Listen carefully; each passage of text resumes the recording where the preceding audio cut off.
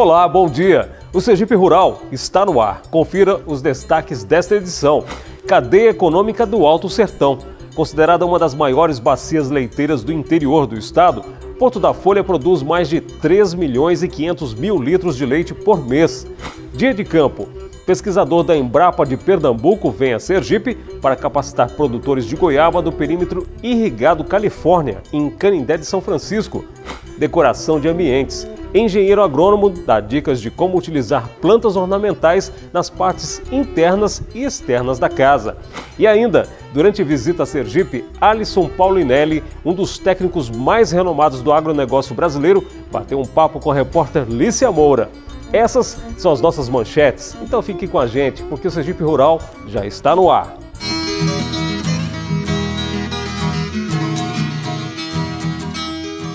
Porto da Folha, no Alto Sertão do estado, é um dos municípios sergipanos onde a produção de leite é a principal fonte de renda e geração de empregos. Para se ter uma ideia, são produzidos mensalmente quase 3 milhões e meio de litros do produto. Os repórteres Patrícia Dantas e Jorge Henrique viajaram esta semana até a cidade, que está em fase de preparativos para a primeira edição da Expo Leite, que vai ser realizada por lá de 26 a 28 de outubro. A região do Alto Sertão tem tradição na produção de leite de gado. São 640 mil litros de leite por dia, o que representa mais de 19 milhões de litros produzidos ao mês. E Porto da Folha se destaca em volume nessa grande produtividade. O município produz cerca de 120 mil litros de leite por dia. Porto da Folha tem um potencial leiteiro muito grande. Aqui há uma coisa que eu considero extremamente interessante, que é a forma como eles dialogam com forrageiras como a palma, por exemplo.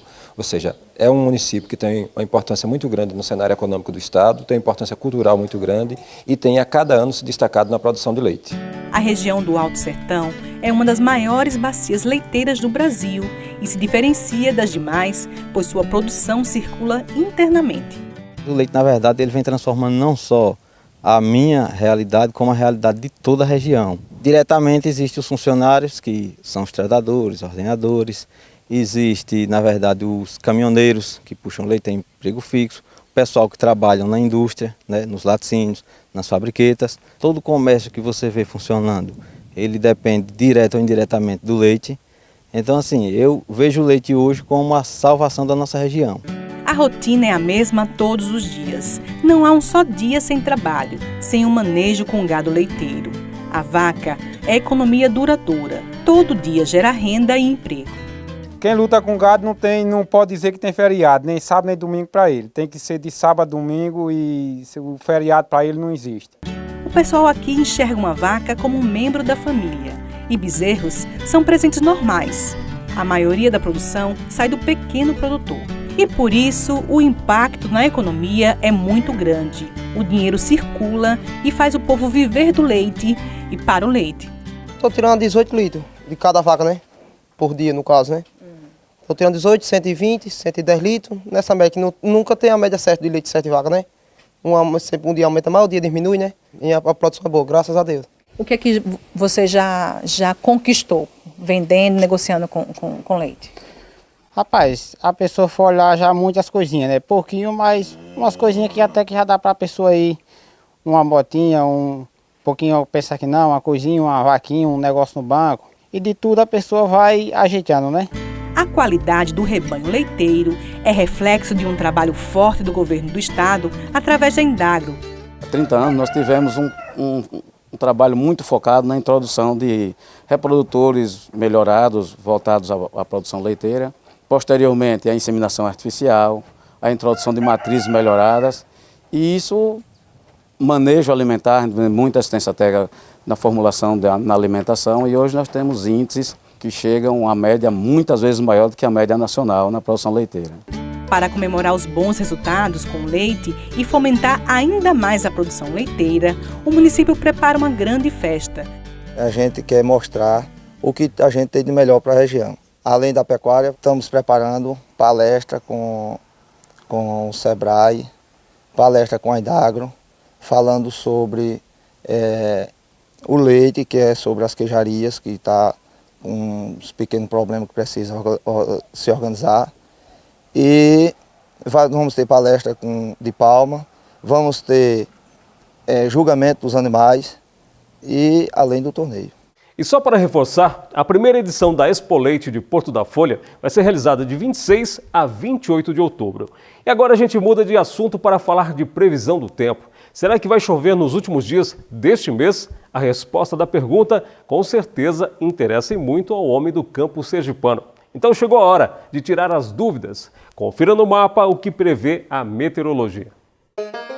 De acordo com o Centro de Meteorologia de Sergipe, o sol brilha forte em todo o estado no sábado e no domingo.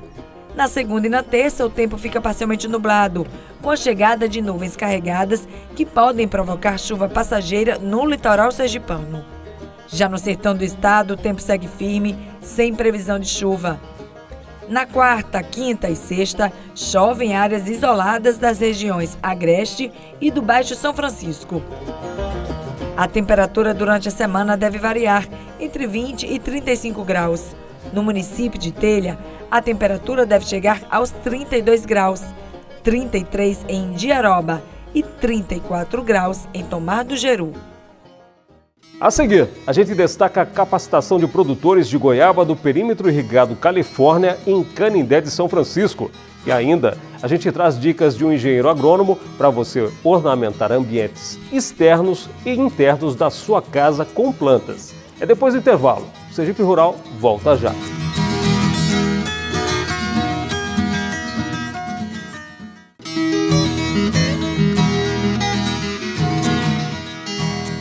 E já estamos de volta. E agora para falar sobre o Dia de Campo realizado no município de Canindé de São Francisco, dedicado a produtores de goiaba da região. O local escolhido para a capacitação foi o perímetro irrigado Califórnia, polo agrícola do governo do estado, administrado pela Coidro. Durante o evento, os participantes tiveram a oportunidade de tirar dúvidas sobre o plantio e manejo com um dos principais pesquisadores da fruta no país. Veja na reportagem.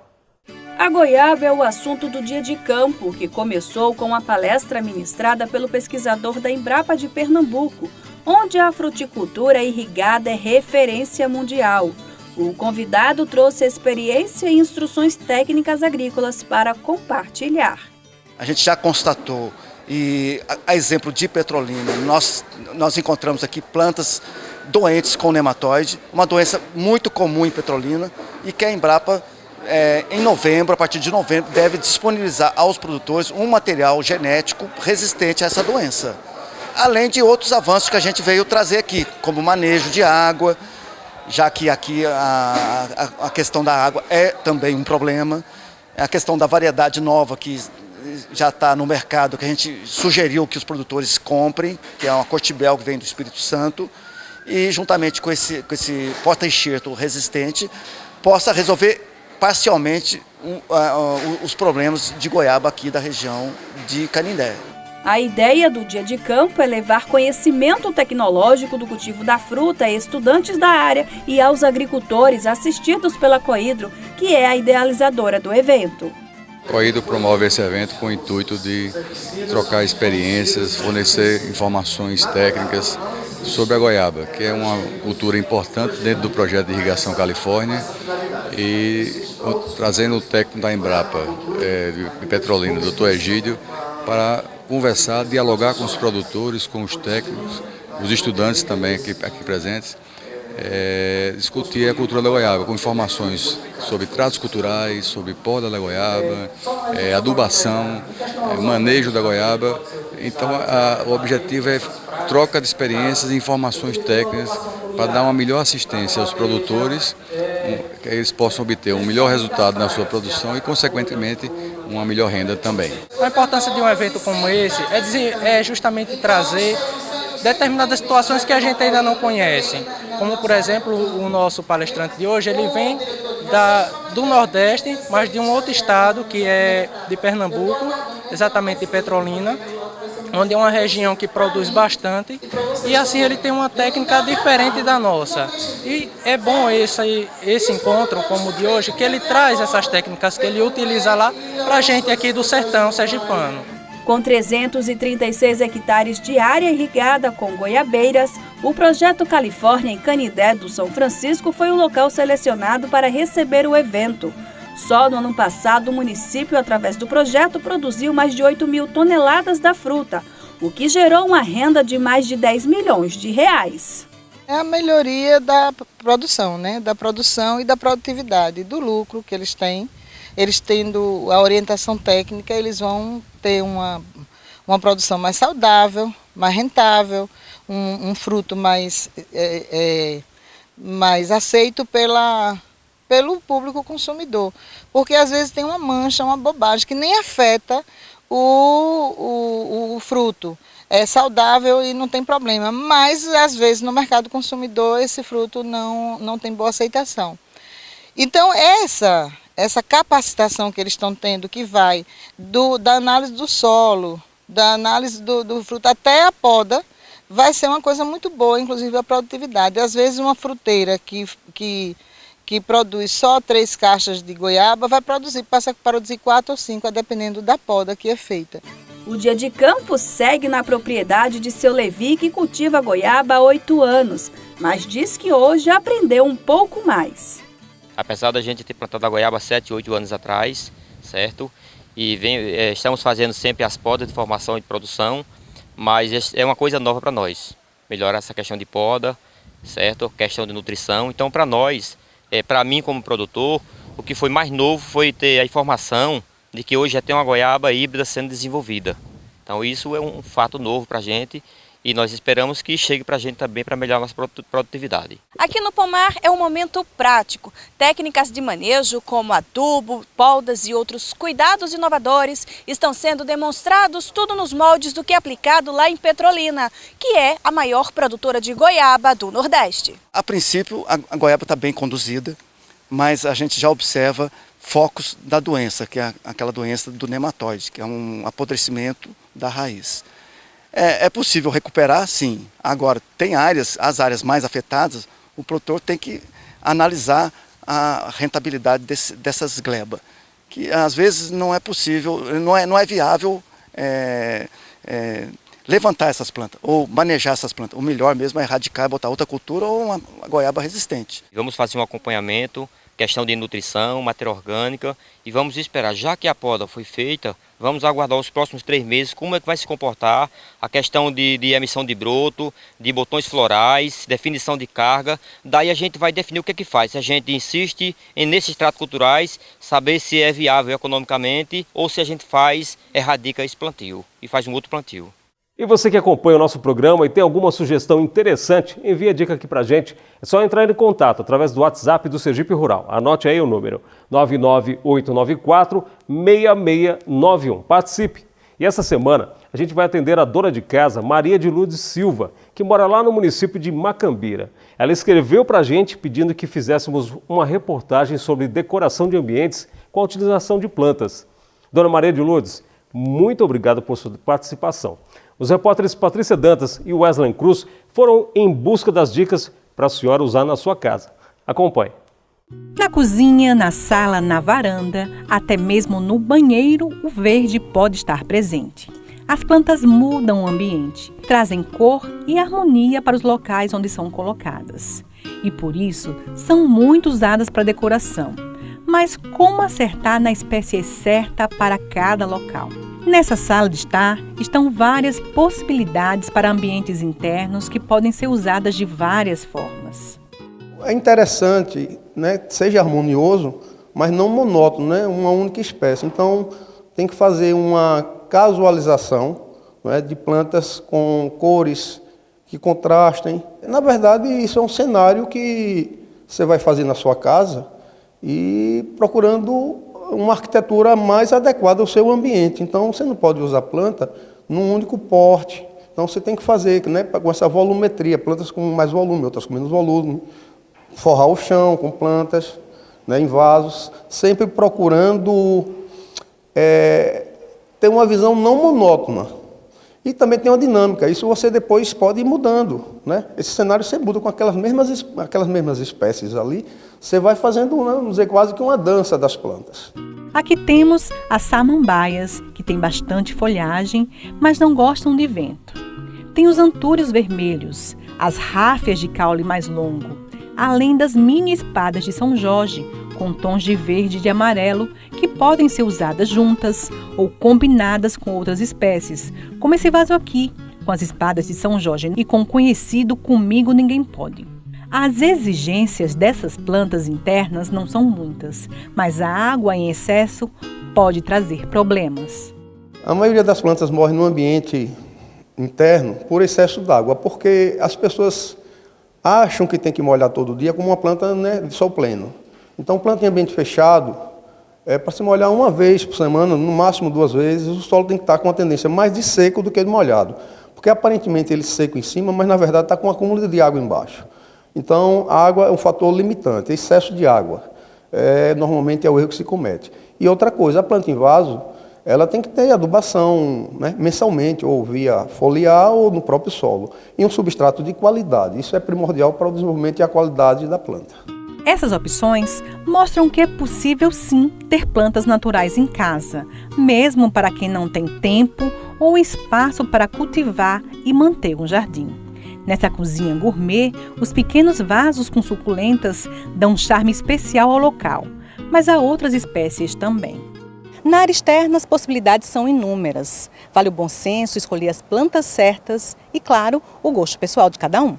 Os arbustos, as plantas rasteiras, as aéreas ou mesmo as árvores. As possibilidades são bem variadas em áreas grandes e ensolaradas.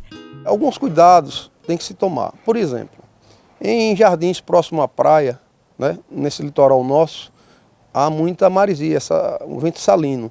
Então é complicado, são poucas espécies no ambiente desse que resistam, né, de frente para a praia. Saindo desse ambiente de praia, né, em área aberta, quase tudo pode, desde que seja planta de sol, né, que tem essa exigência de sol. Nunca uma planta de sombra no ambiente de sol. Agora, jardim tem dinâmica, jardim é como casa, pintura, de vez em quando você tem que dar uma reformulada, não tem como fugir disso. Em instantes, tem uma entrevista exclusiva com um dos principais nomes da história do agronegócio brasileiro, o engenheiro agrônomo Alisson Paulinelli. Não saia daí, o Sergipe Rural vai a um rápido intervalo e volta já.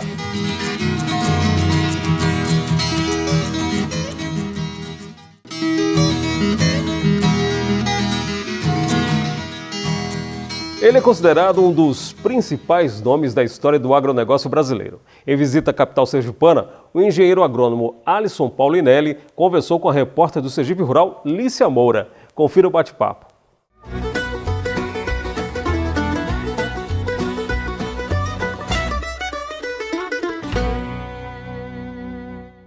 O nome dele é destaque na história do agronegócio. Ele já foi presidente da Confederação Nacional da Agricultura, ministro da Agricultura. Ele também foi um dos responsáveis pela criação da Embrapa. Em 2006, ele ganhou um prêmio lá nos Estados Unidos, que é o que corresponde ao Prêmio Nobel na área de alimentação. Eu estou falando do engenheiro agrônomo Alisson Paulinelli, que está aqui ao meu lado. Bom dia. Bom dia. E eu gostaria de saber um pouco como é que foi essa premiação que o senhor recebeu, que eu acabei de citar. Bom, a premiação é um trabalho que o Dr. Norman Borlaug, que foi o único prêmio Nobel da Paz que já tivemos no mundo hoje em alimentação, ele criou uma fundação exatamente para estimular e dar destaque àqueles que fizeram um trabalho que tivesse uma repercussão muito grande na garantia do abastecimento de alimentos no mundo. Vários já foram laureados. E em 2006 eu tive a honra de ser laureado pelos trabalhos que nós realizamos no Brasil, especialmente na recuperação de áreas degradadas, na incorporação de áreas produtivas que antes não eram possíveis, e o resultado que esse trabalho estava sendo projetado no futuro da humanidade. A humanidade hoje que continua a crescer, e a expectativa é que em 2050 nós estaremos com 9 bilhões e 700 a 800 milhões de habitantes, vai precisar de muito mais alimento. Aquela região tradicional que sempre abasteceu o mundo, que é a região temperada do globo, já está praticamente esgotada em seus recursos naturais de produção. Já ocuparam todos os espaços. Resta-nos agora buscar outras alternativas. E a justificativa do prêmio que eu recebi foi que o Brasil foi o primeiro a desenvolver uma agricultura tropical, competitiva e, sobretudo, estável. Isso é muito importante para nós, porque passa o mundo a ter um novo foco. E esse foco são as áreas tropicais. Falando da agricultura atual aqui no Brasil, qual o panorama que o senhor pode dar? Olha, o Brasil é praticamente hoje o único país que efetivamente tem o potencial de atender a essa demanda crescente de alimentos. Nós temos áreas suficientes, mesmo com toda esta rigidez que muitas vezes passa do bom senso, entra um pouco no ideológico em relação ao uso dos recursos naturais, com esta alternativa que nós criamos no Brasil, especialmente através da Embrapa, das nossas universidades, dos nossos institutos e iniciativa privada.